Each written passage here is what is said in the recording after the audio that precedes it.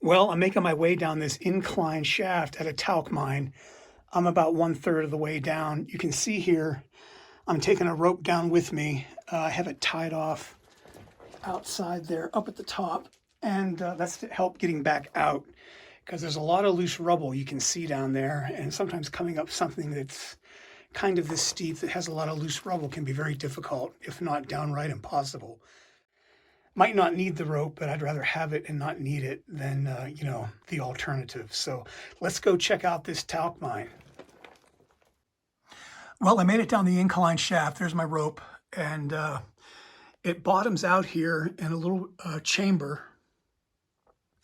You can see the talc there, and then that darker stuff, which isn't talc, next to it. Kind of a seam right there. But anyway, there's a metal pipe right there, and then some cable there. But here to my left, there are a bunch of timbers here. And there was a tunnel that goes off to the right here that's blocked off with these big timbers. But you can see in here, let me show you what's behind the timbers here. You can see in here, let me get my light in there. That continues, goes down a little bit and continues where my light is. And it looks like there's something off to the right. Actually, what that is, that also is a parallel incline shaft that goes to the surface right next to the one I came down. But it's totally filled in, and it's not as big as the one I'm in.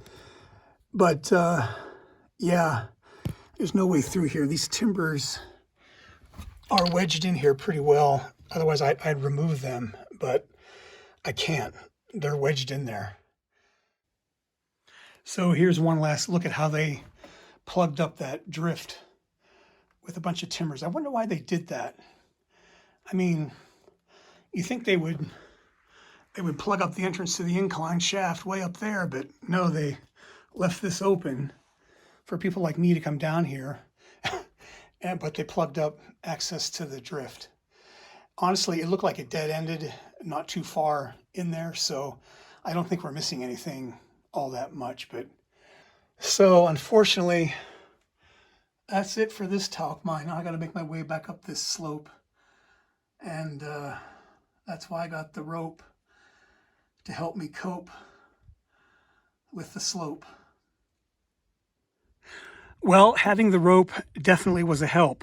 I ended up using it for just a little bit of the shaft. Just past the halfway point down there, there's a lot of loose rubble, and had I not had the rope, I'd probably still be coming up out of there with a lot of difficulty. So could probably be done without a rope, but I don't like taking those kind of chances. So there's the incline shaft we were in, and like I said, right next door is a parallel incline shaft, a lot smaller. And well, we know where that goes, obviously. That probably could be entered, but I'm not going to chance it. I'm out here by myself, and there's a lot less clearance in there. I have to take my backpack off, and yeah, I'm not going to do it. But anyway, this is a little talc deposit that they mined. I think this was last worked maybe in the 1980s or 1970s. It's very small.